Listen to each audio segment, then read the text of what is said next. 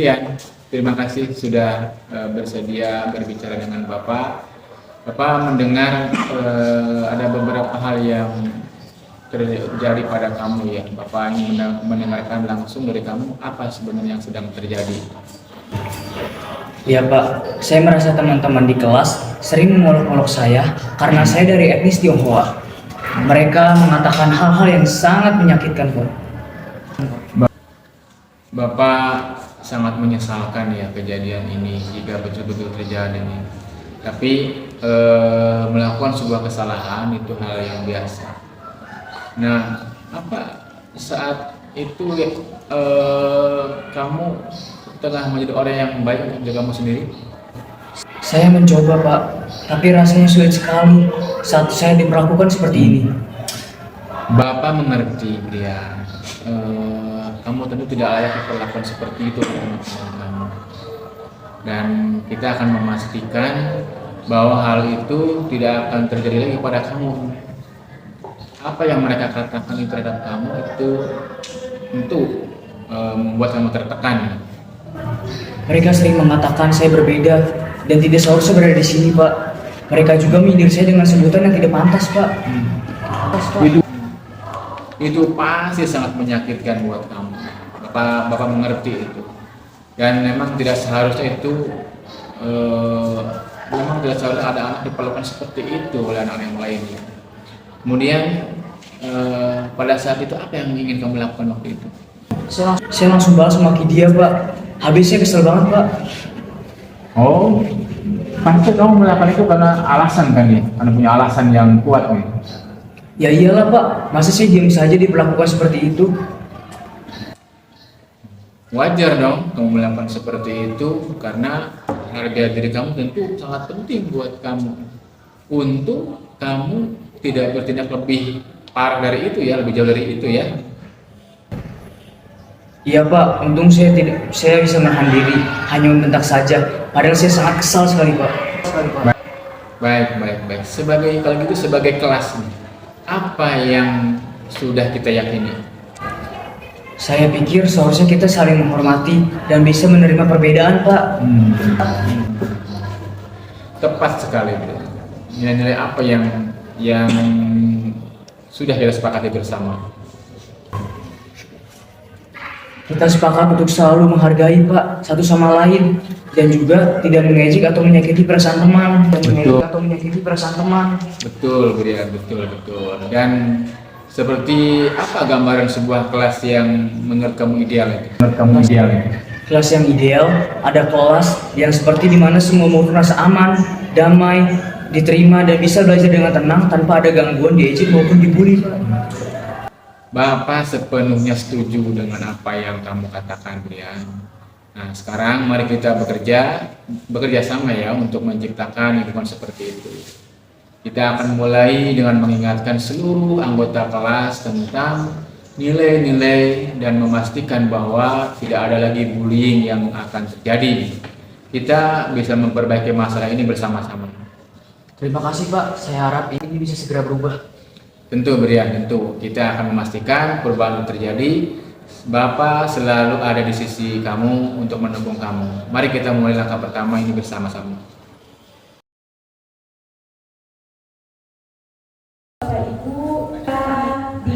Gerakannya sesuai dengan liriknya. Kalau liriknya di sini, Iya, Bu Winda pindah ke sebelah sini, nanti pindah lagi kalau udah ada pengawas udah ada materi. Ada, selama ada di sini. Oke.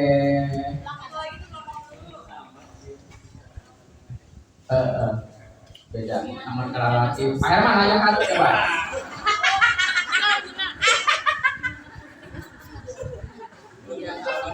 Kita dulu rumah. Jangan salahin kalau muridnya nggak nurut sama dirinya.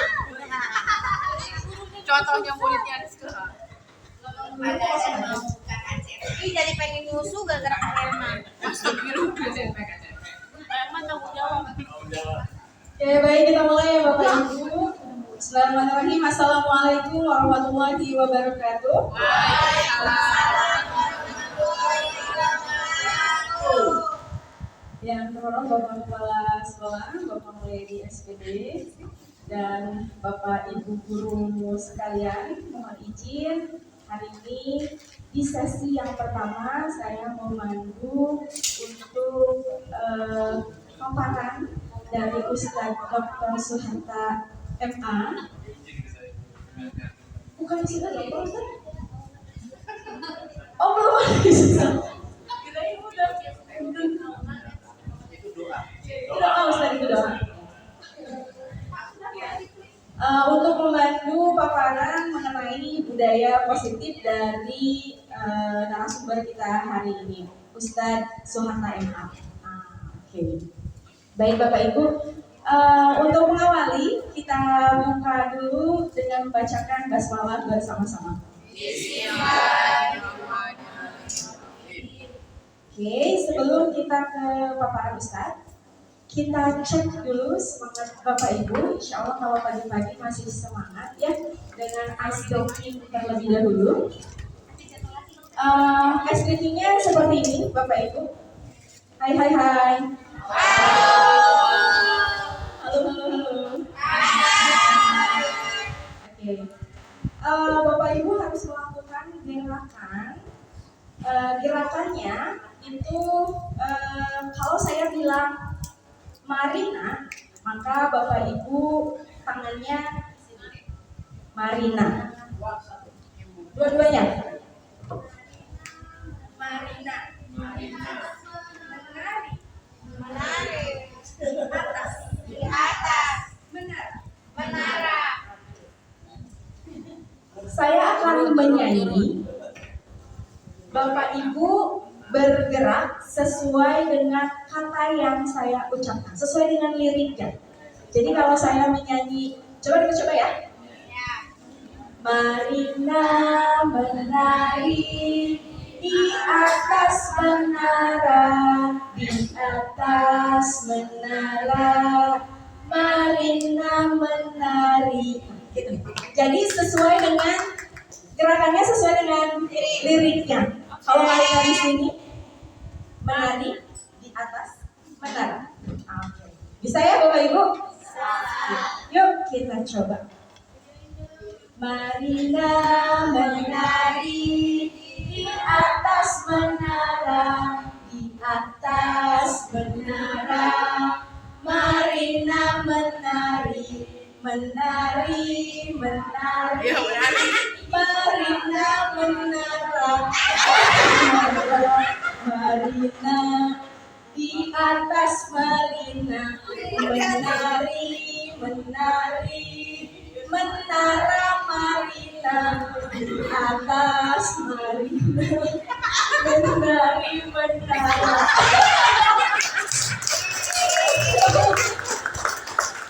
Menari menara ada yang gini-gini aja. Terima kasih. Insya Allah sudah fokus dan tetap semangat ya. Semangat. Oke, tepuk tangan untuk kita semua. Baik, izinkan saya menyampaikan terlebih dahulu beberapa sesi yang akan kita lalui pada workshop di hari kedua ini ya. Workshop inovasi pembelajaran program sekolah penggerak Semangat 1 Cikampek. Yang pertama ada paparan mengenai budaya positif dari Ustadz Suharta MA. Kemudian nanti yang kedua disusul oleh pemateri dari BPMP atau Balai Penjaminan Mutu Pendidikan Provinsi Banten. Ada Bapak Bahdir Maulana MPD nanti yang akan menjadi narasumber. Materinya mengenai inovasi pembelajaran. Kemudian dilanjutkan dengan pukul 11 sampai pukul 10 ada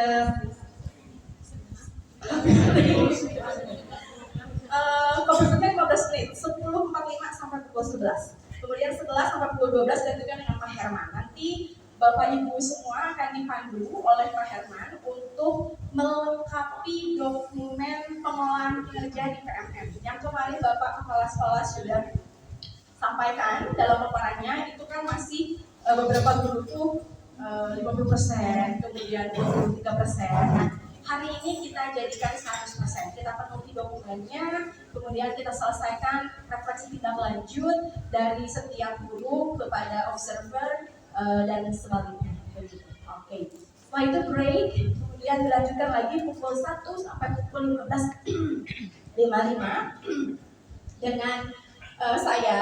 Itu nanti akan membuat aksi nyata, merancang aksi nyata, topik perencanaan pembelajaran yang kemarin sudah dipaparkan oleh Pak Abdul Somad. Nah, aksi nyatanya harus diselesaikan hari ini dan insya Allah Bapak Ibu bisa, karena CPATP sudah disusun, kemudian modul ajar saya yakin Bapak Ibu sudah pada punya, jadi tinggal dituangkan ke dalam aksi nyatanya. Oke. Kemudian terakhir seperti biasa referensi dengan Pak Agus Sumarno. Oke, itu Bapak Ibu yang akan agenda yang akan kita lalui pada kegiatan workshop inovasi pembelajaran di hari ini. Oke, tanpa berlama-lama kita sambut pemateri kita yang pertama, yaitu Ustaz Suhadra MA untuk menyampaikan paparan mengenai budaya positif. Tapi sebelumnya mungkin ada yang disampaikan dari Bapak Kepala Sekolah? Oh. Baik Bapak, silakan Ustaz. Baik, bismillahirrahmanirrahim. Assalamualaikum warahmatullahi wabarakatuh. Alhamdulillah, wassalatu wassalamu ala rasulillah wa ala alihi wa ashabihi wa mawalah.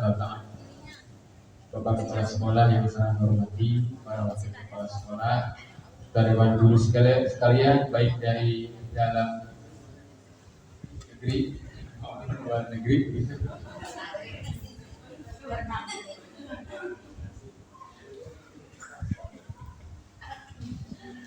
Baik, ini adalah proses yang harus dilalui oleh semua CGP yang sedang mengikuti PGP.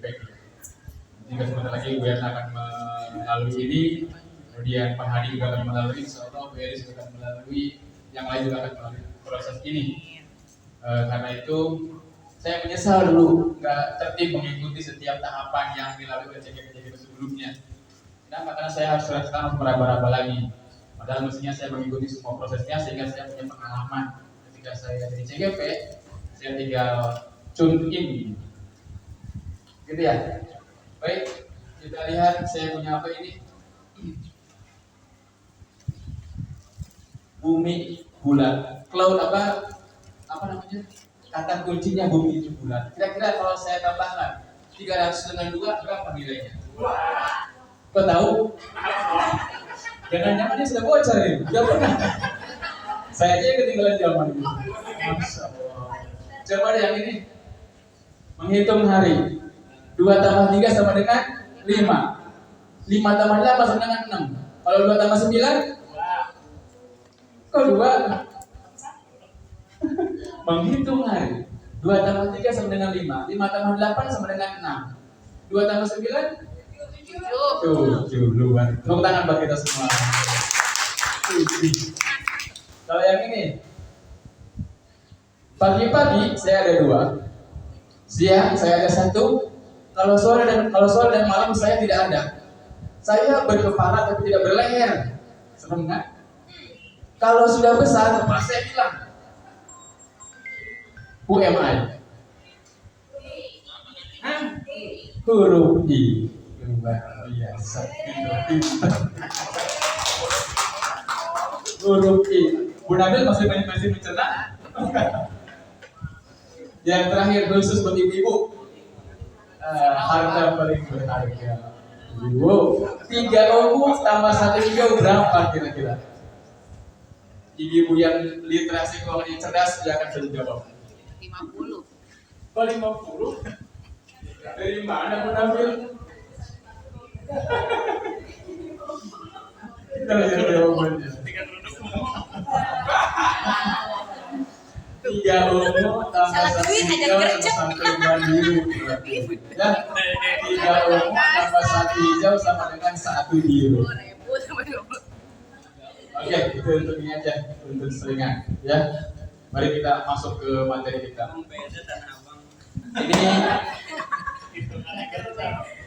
Ini Alhamdulillah paling cerdas ya soal literasi keuangan. Kemarin tuh bagi saya tuh bagi Pemda Ibu Nabila tuh belinya.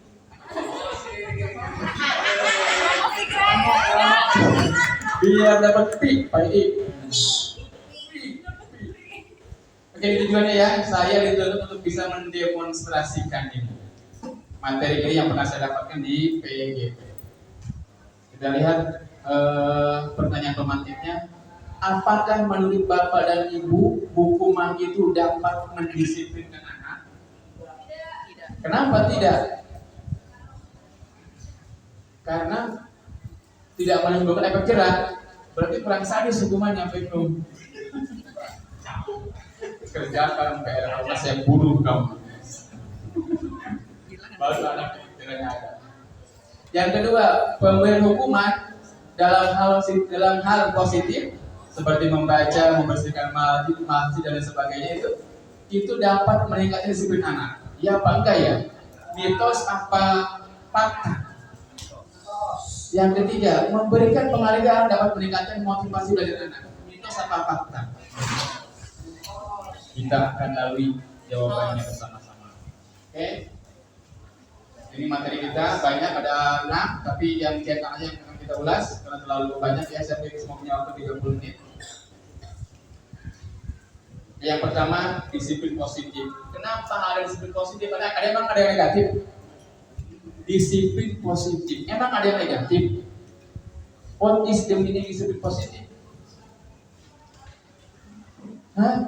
Anda tidak bisa mengendalikan orang lain. Anda hanya bisa mengendalikan diri Anda. Kalau ada seorang anak, dia disuruh mengepalkan tangan. Terus saya bilang kepada ibu, buka tangannya. Dia mau nggak buka tangannya? Mau nggak kira-kira? Tergantung dia mau nggak saya kendalikan. Ketika si anak itu saya kasih uang 100.000 suruh buka tangan, dia kemungkinan mau. Buka tangan doang kan? Kemungkinan besar mau, tapi bukan berarti saya bisa mengendalikan dia. Cuma dianya aja mau dengan uang itu. Sebenarnya kita guru-guru tidak bisa mengendalikan si anak. Karena itu karena kehadiran Dewantara, disiplin itu adalah kita mau melakukan sesuatu kebaikan sesuai dengan peraturan atas inisiatif dari diri kita, atas kemauan kita tanpa paksaan dari rumah. Itulah disiplin itu menurut kehadiran Dewantara, dan itu yang dimaksud dengan disiplin positif. Berarti yang negatif itu disiplin yang dimana anak harus dipaksa dengan hukuman. Gitu ya, maksudnya negatif itu. Kita lihat semua perilaku anak itu punya tujuan. Kalau ada anak pas yang pertama dia baru nongkrong di kantin, bukan di jam nyambung itu jam pertama atau di kelas, dia punya tujuan enggak? Pasti dia punya tujuan. Apa? Dia punya sampah. Di rumahnya nggak ada yang bikin sampah di rumah.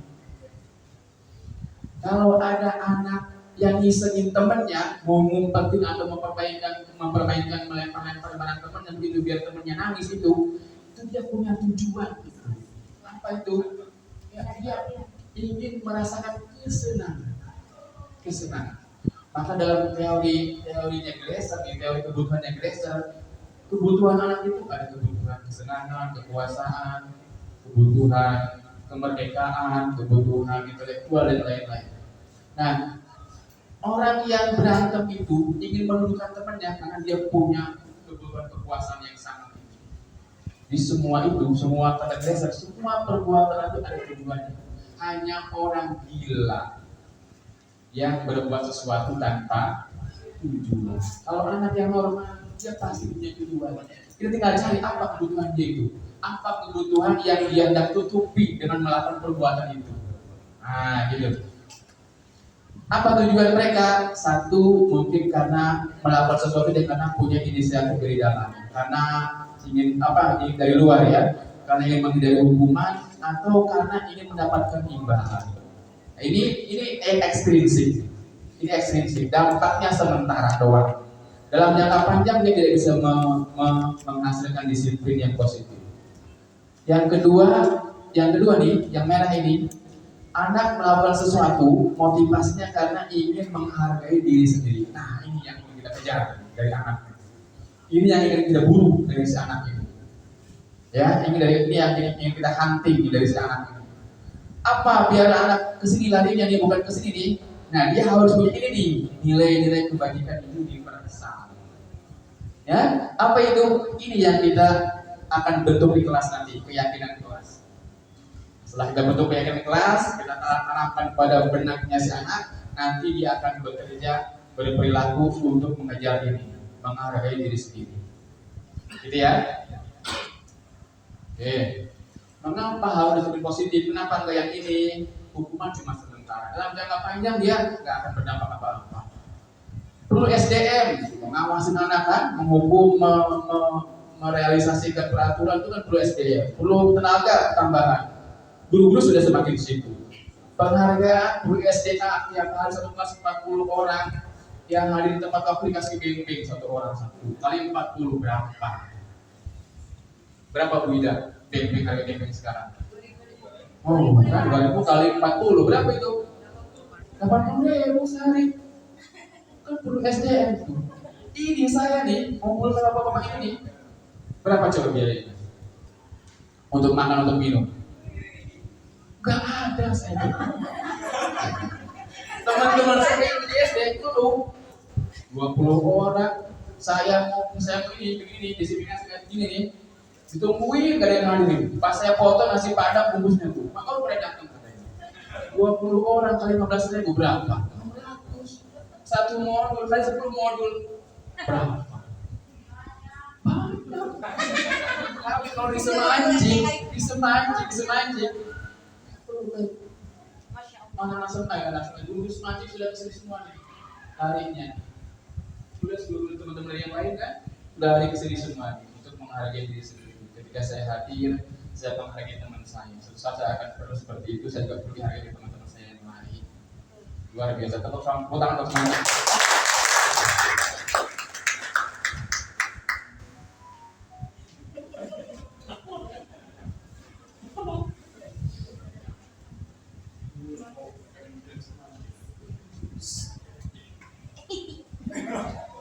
Menumbuhkan kreativitas anak, membunuh kreativitas anak. Karena anak bayangannya dapat hadiah, bukan lagi ingin berkarya sebaik mungkin.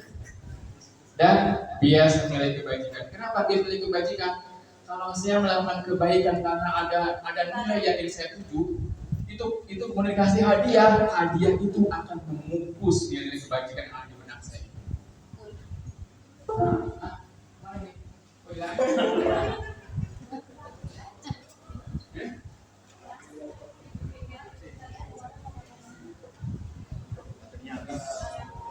Bisa kok.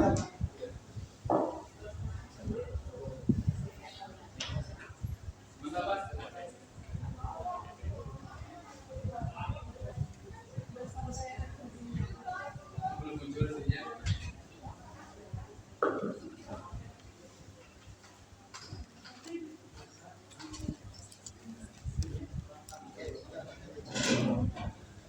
Sudah ada belum?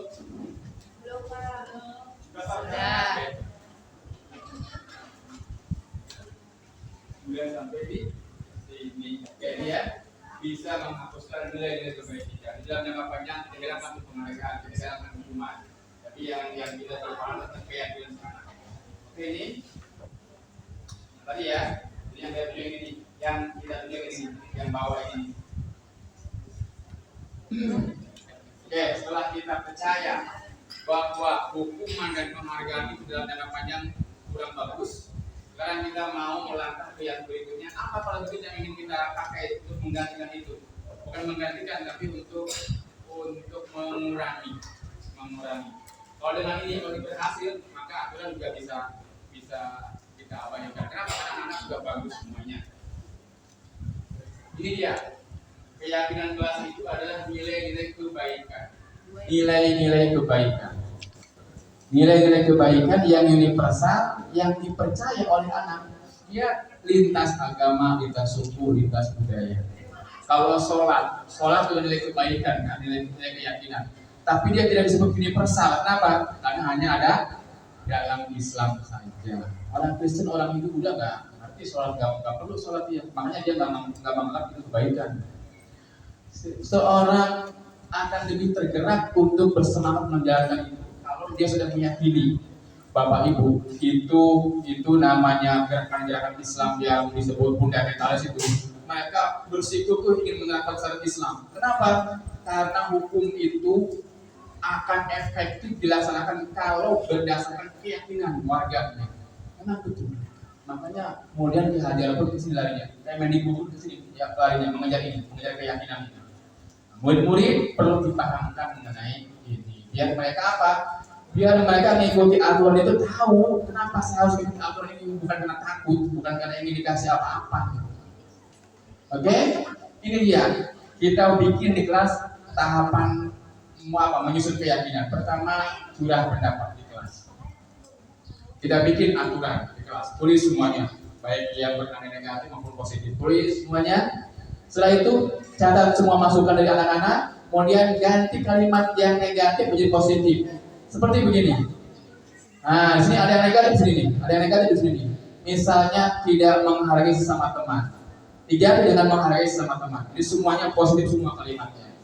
Setelah itu, dari nilai-nilai aturan ini apa keyakinan yang bisa kita ambil? Misalnya ini, mendengarkan guru, menghargai sesama teman, datang tepat waktu, berarti saling menghormati. Menghormati guru, menghormati teman, menghormati waktu. Disimpulkan jadi satu. Mau sebanyak-banyak sih ini apa keyakinan itu, karena ribet nantinya kalau banyak kan lupa anak-anaknya. Lalu guru semuanya mendampingi menandatangani fakta yang sudah dibuat itu, lalu ditempel di dinding sekolah. Ini jadi keyakinan bersama. Gimana Pak? Setelah ditempel, ada kan pendalaman. Keyakinan biar benar-benar tertanam dalam diri si anak. Nah, misalnya gini, kegiatan pendalaman keyakinan kelas. Di kelas kita nulis, misalnya ini hormat ya, hormat. Ada di tabel, ada tampak seperti, tidak tampak seperti. Apa sih yang tampak seperti hormat itu? Datang tepat waktu, menyapa teman, menghargai guru dan seterusnya. Nah, dengan kegiatan pendalaman ini, maka keyakinan si anak akan semakin kuat dalam benaknya. Ini juga dokumen-dokumen mengenai proses pendalaman kelas ya. Nah, setelah kita punya keyakinan kelas, setelah kita buat keyakinan kelas itu, kita masuk ke tahapan berikutnya, tahapan implementasi keyakinan kelas itu untuk sedikit-sedikit menggeser pendalaman aturan. Apa itu? Dengan cara restitusi. Ini dulu saya waktu belum PGP dengar restitusi itu kata-kata yang paling diucapkan oleh Sri Mulyani. Sri Mulyani itu orang-orang yang paling sering mengeluarkan kata-kata restitusi, bukan Kemendikbud, bukan Pak Nadi, bukan. Kenapa? Apa arti restitusi? Ternyata restitusi itu kalau menurut Bu Sri Mulyani adalah mengembalikan kelebihan pembayaran pajak. Mengembalikan. Kalau istilahnya Pak Nadi, restitusi itu adalah mengembalikan anak pada kondisi semula ketika dia belum bersalah, belum melakukan kesalahan. Dengan cara apa? Dengan cara kolaborasi, ngobrol, bukan hukuman, bukan indoktrinasi, bukan mendikte, tapi dengan cara berkolaborasi. Dengan cara berkolaborasi. Lanjut. Oke, ini anak namanya si Brian. Dia orang Noni dan juga agamanya orang Cina, orang Tionghoa. Sering mendapatkan kuliah, kemudian pernah ngobrol dengan saya. Ini praktik proses restitusi. Ini dia segitiganya. Ya, tahapan pertama yang satu ini itu menstabilkan identitas siswa. Setiap orang pasti pernah melakukan kesalahan. Kita ngomong kan, setiap orang pasti pernah melakukan kesalahan. Bapak juga pernah jadi bersalah. Ini kita ingin mengangkat kembali citra di anak yang sudah merasa bersalah. So, kalau anak sudah merasa bersalah, lalu ditambah di pasar kamu,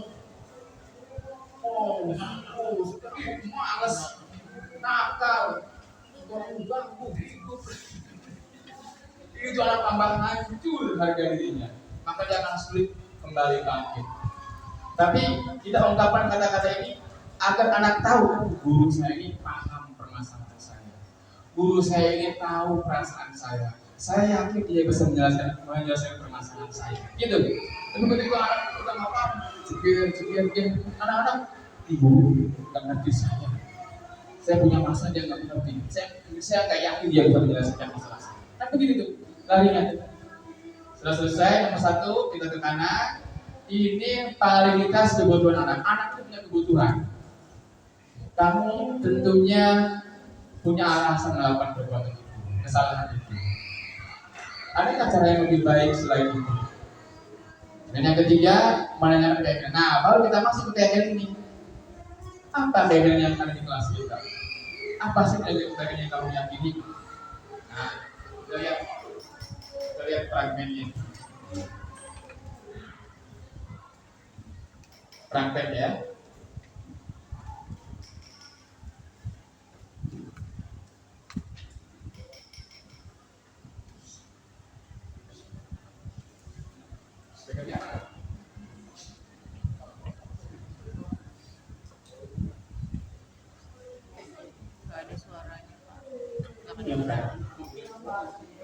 Sudah lama nggak ketemu sana? Kenapa hari ini ada di sini? Kesel pak, kesel banget. Masa aku dikatain tukang fitnah pak? Ya aku marah lah.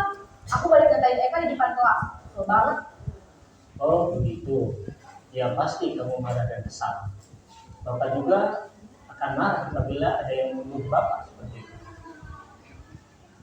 Kemudian pada saat itu kamu mau melakukan apa? Ya saya langsung ngatain Eka lah pak. Kesel banget. Saya bentak-bentak dia di depan teman-teman lain. Oh begitu. Pasti kamu melakukan seperti itu karena suatu alasan tertentu, bukan? Iyalah, masa saya diam saja pak? Ya saya bela diri lah. Masa saya dituduh tukang fitnah? Ya wajar lah. Mempertahankan harga diri itu sesuatu yang penting sekali. Untung kamu tidak bertindak lebih gegabah lagi. Hanya membentak-bentak. Iya pak. Untung saya masih bersabar dan hanya meminta saja. Udah gemes padahal. Saya pasti bela diri lah. Ya pasti ya. Tapi kamu memilih untuk tetap bertahan dan bersabar. Kamu memilih untuk tidak berbuat lebih parah lagi. Iya. Nah, sekarang coba kita lihat lagi tindakan kamu yang bentak-bentak Eka di kelas. Tindakan kamu itu kira-kira sesuai dengan keyakinan kelas atau prinsip kamu tidak? Enggak lah pak. Capek pak jadi pemarah. Jadi keyakinan atau prinsip mana yang kurang sesuai dengan keinginan kamu? Ya saya sebenarnya sangat menghargai orang lain. Mungkin saat itu saya menjadi emosi. Jadi tidak menunjukkan sikap itu. Kamu meyakini tidak? Menghargai orang lain itu penting buat kamu. Yakinlah pak. Iya, setuju. Kita harus saling menghargai. Namun ada juga keyakinan yang kita sepakati yang perlu kita jalankan. Apabila kita sedang marah, bukan? Ya saya bisa lebih proaktif. Mulai dengan diri sendiri. Saya bisa jadi lebih sabar, mengambil waktu jeda untuk berpikir mau apa selanjutnya. Kira-kira kamu bersedia memperbaiki masalah ini tidak? Sedia pak. Kalau kamu memperbaiki masalah ini, kamu akan menjadi orang seperti apa? Saya akan menjadi orang yang bertanggung jawab kali ya pak. Dan senantiasa proaktif. Iya. Menurut kamu, bagaimana rasanya menjadi orang seperti itu? Ya nyaman lah. Bangga bisa bersabar dan menahan diri. Baiklah kalau begitu. Yuk kita pikirkan bagaimana memperbaiki masalah ini. Itu proses restitusi untuk mengembalikan seorang anak melakukan kesalahan, kembali teman-temannya kepada kondisi semula, bukan dipisahkan dari lingkungannya, tapi diolah kembali biar kembali seperti semula. Baik, sebenarnya penjelasan yang tadi ini ya, ini kalau kira-kira kalau anak yang proses penanganannya tidak berhasil, tidak proses restitusi, tapi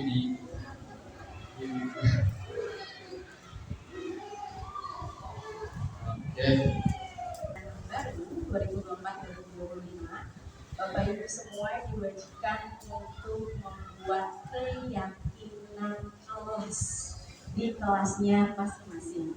Alhamdulillah kemarin paparan refleksi observasi dari Pak Kepala Sekolah itu hampir semua guru sudah membuat keyakinan kelasnya masing-masing. Tapi masih ada beberapa. Nah, di tahun pelajaran baru, Bapak Ibu diharapkan untuk semuanya membuat keyakinan kelas. Gitu ya Bapak Ibu. Dan nanti ini akan dimintai laporannya ya, bukan laporan, maksudnya sudah melakukan buktinya. Buktinya bahwa Bapak Ibu sudah membuat keyakinan kelas, nanti ditindaklanjuti oleh tim kurikulum, begitu ya Bapak Ibu. Oke, sesi 1 selesai, alhamdulillah. Dan di pagi hari ini sudah datang di tengah-tengah kita Bapak Bahadur Maulana MPD dari.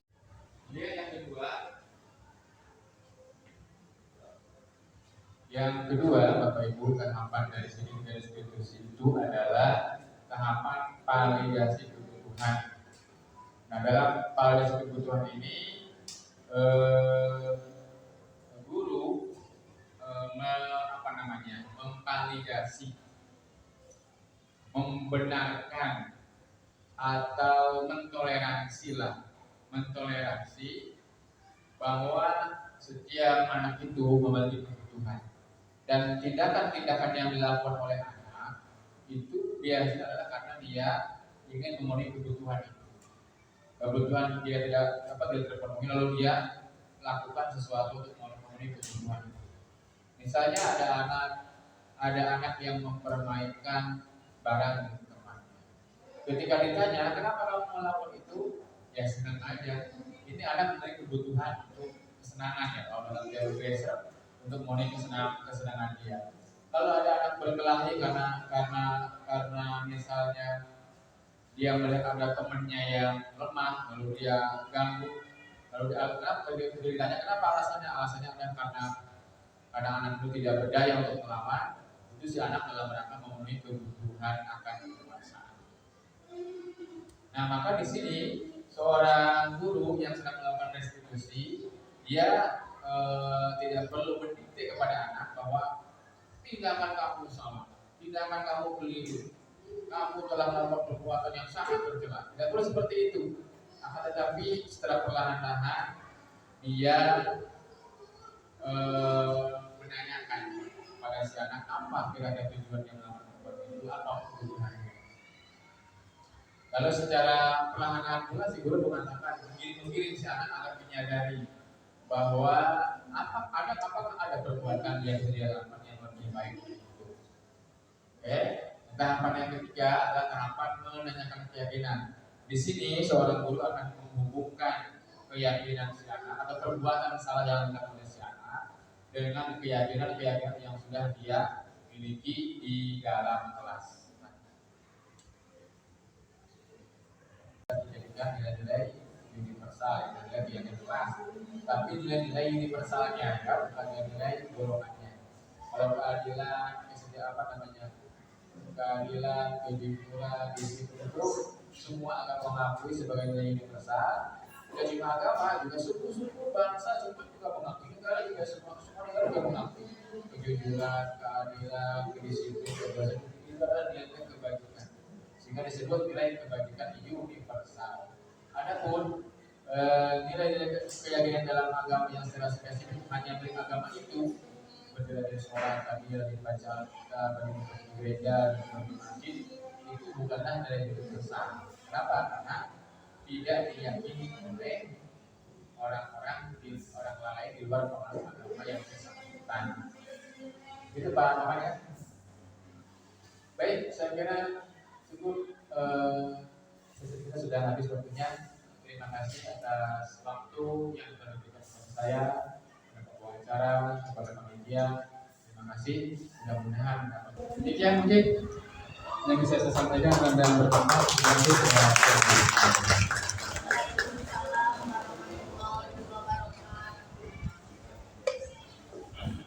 Baik, terima kasih Ustadz Suhata MA atas paparannya mengenai budaya positif. Nah, Bapak Ibu, ada PR untuk Bapak Ibu. Tadi kan nggak akan ada sesi tanya jawab ya, kita sudah sepakat. Tapi ada PR untuk nanti di tahun pelajaran akan melakukan inovasi pembelajaran tersebut seperti apa gitu Pak, dalam kondisikan anak-anak yang lebih dari Jadi kelasnya ramai, jadi kelasnya terganggu. Nah kadang itu jadi kalau begitu ya udah di mana ya tempat yang enak kan gitu ya. Yang di lapangan rebutan dengan guru olahraga, mau di taman juga rebutan dengan guru biologi dan lain-lain. Nah kebetulan saya guru fisika Pak, jadi kadang memang ketika mau berinovasi itu lebih banyak mengimplementasi itu dengan kehidupan bermakna gitu. Artinya kehidupan sehari-hari. Misalnya dalam hal pengukuran, kita menggunakan alat ukur itu biasanya benda-benda di sekitar itu yang ada di dalam yang ada untuk digunakan sebagai objek pengukurannya.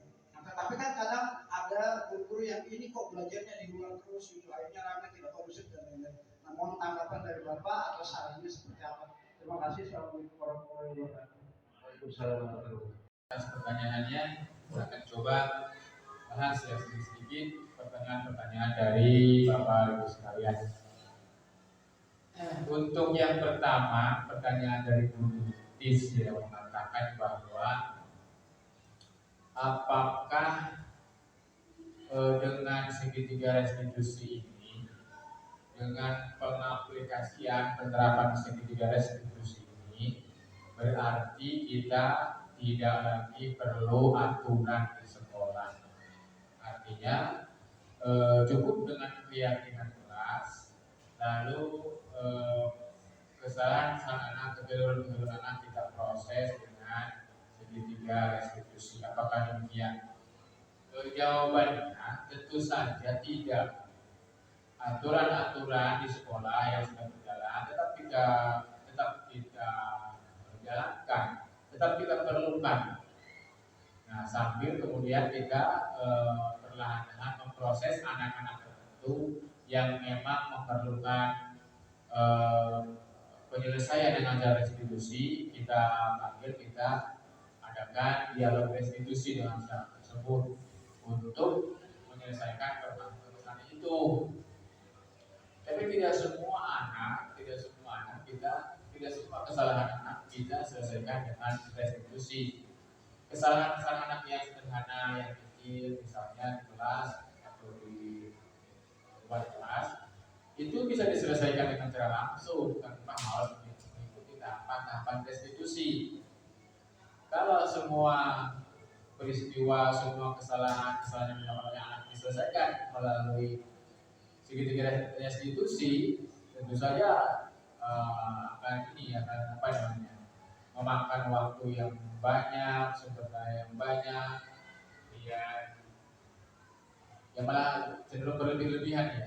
Maka kesalahan anak yang sederhana, yang kecil bisa diselesaikan langsung, langsung diselesaikan tanpa harus mengikuti tahapan-tahapan sebagaimana tahapan yang dilakukan dalam segitiga restitusi ya. Kemudian peraturan-peraturan yang sudah berjalan tetap dijalankan seperti biasa, tanpa mengabaikannya. Kalau semua di peraturan dihilangkan, dinonaktifkan gitu, tidak digunakan dalam menggunakan restitusi saja, maka tadi pertama yang saya restitusi sendiri tidak diterapkan untuk semua anak. Yang kedua, kalau peraturan itu diterapkan, nanti akan banyak pelanggaran, akan terjadi banyak pelanggaran. Nah, cuma proses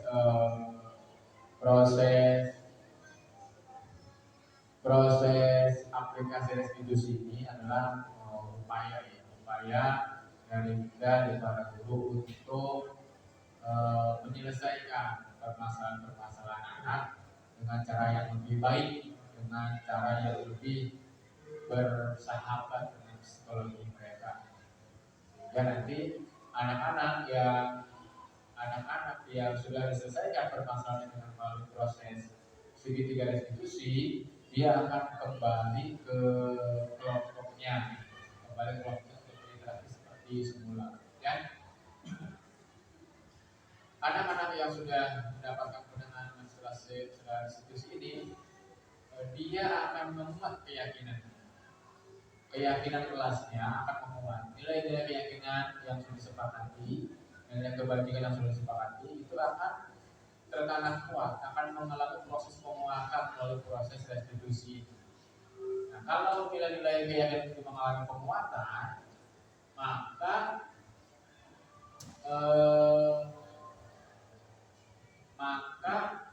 si anak ini kemungkinan untuk melakukan kesalahan itu akan semakin kecil. Apalagi kesalahan yang sama itu akan semakin berkurang. Kenapa? Karena setelah mulai proses restitusi ini, si anak sudah mulai penguatan, penanaman nilai-nilai keyakinan dalam diri dia. Kalau sudah kuat nilai-nilai keyakinan tertanam dalam diri dia, maka dia tidak punya niat untuk melakukan kesalahan. Dia tidak punya keinginan untuk melakukan melanggar nilai-nilai keyakinan yang sudah tertanam kuat di dalam diri dia. Sehingga dalam jangka panjang tingkat pelanggaran di sekolah, tingkat pelanggaran di kelas akan semakin turun, semakin berkurang. Kenapa? Karena sebagian anak sudah mulai proses restitusi. Di mana dalam proses restitusi itu anak mengalami penanaman nilai yang kuat dalam diri dia, sehingga dia akan cenderung untuk lebih taat terhadap aturan, bukan karena takut pada hukuman, bukan karena takut pada guru, tapi karena dia menyadari bahwa dia mestinya menghargai nilai-nilai keyakinan itu. Dia mestinya menghargai diri dia mestinya menghargai visi hidup dia menjadi orang yang baik. Gitu ya. Jadi peraturan tidak bisa kita hilangkan. Peraturan tetap ada.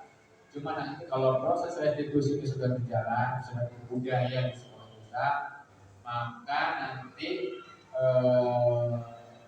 perbuatan yang melanggar aturan akan semakin berkurang, semakin mengecil begitu. Kenapa? Karena orang-orang yang biasa melakukan pelanggaran sudah dinetralisir, dia sudah kembali ke lingkungannya masing-masing, sehingga nanti inisiatif untuk mengulangi kesalahan itu semakin berkurang. Begitu Bu, ya. Bisa dijawab. Kalau memang belum dijawab belum jelas, ya silahkan kembali pulang. Kemudian pertanyaan yang kedua dari Pak Maman, luar biasa. Pak Maman ini sekali, bahkan bisa dibilang man of the match dalam acara kita. Pak Maman menanyakan apakah keyakinan yang dimaksud itu bisa bersumber dari keyakinan agama ini dari agama. Itu ya Pak. Baik, di awal sudah saya singgung bahwa keyakinan yang dimaksud dalam praktek restitusi ini adalah keyakinan universal, keyakinan yang umum.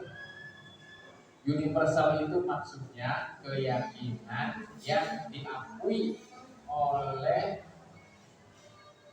semua orang, lintas golongan, lintas suku, lintas agama, lintas keyakinan primordial.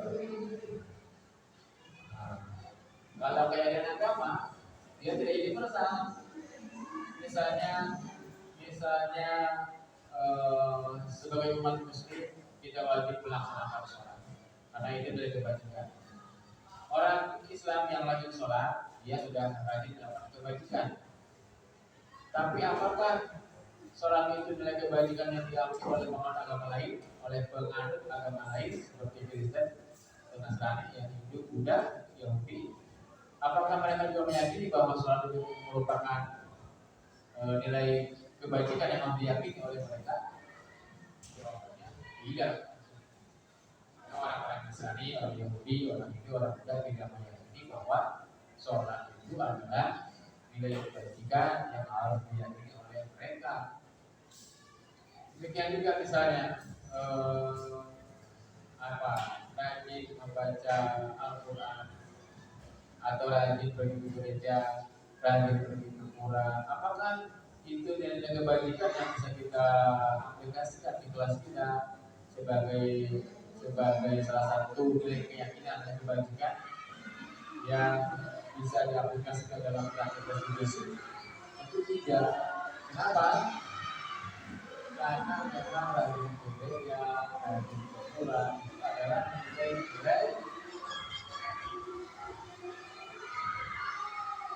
itu adalah nilai-nilai keyakinan, nilai universal. Kenapa saya katakan nilai universal? Karena memang nilai keyakinan itu hanya diyakini oleh penganut agamanya masing-masing. Sebagai penganut agama yang lain, dia tidak meyakini bahwa itu ada nilai kebajikan. Sehingga nilai-nilai kebajikan yang berangkat dari nilai agama itu tidak bisa kita gunakan untuk praktek restitusi dalam kelas kita. Tapi setiap agama itu punya nilai yang juga diakui oleh agama lain, punya nilai kebajikan yang juga diakui kebajikan oleh bangun agama lain. Apa itu? Nilai universal, misalnya keadilan. Islam mampu ada nilai kebajikan. Yang Nasrani, Hindu, Buddha, Yahudi juga sama mengakui itu sebagai nilai kebajikan. Kejujuran, keadilan, disiplin, ketertiban, kesehatan, apalagi kebersihan, apalagi menghargai, menghormati, itu nilai-nilai ajarannya semuanya mengakui bahwa itu ada nilai-nilai kebajikan. Diambil dari mana? Diambil dari nilai-nilai universal dalam sistem agama. Mereka semuanya meyakini bahwa keadilan, kejujuran, disiplin, kebersihan adalah nilai-nilai kebersihan yang diakui oleh agama mereka sebagai nilai-nilai kebajikan, sehingga bisa kita akui sebagai nilai universal. Nah, dari nilai-nilai inilah kemudian kita bisa menjadikan nilai ini sebagai nilai keyakinan di kelas kita. Ya, secara tidak langsung sebenarnya, Pak. Secara tidak langsung, nilai keyakinan di dalam agama itu bisa balasan kepada Allah Subhanahu wa Ta'ala. Wallahu muwaffiq ila aqwamit thoriq. Nuhun warahmatullahi wabarakatuh. Assalamualaikum warahmatullahi wabarakatuh.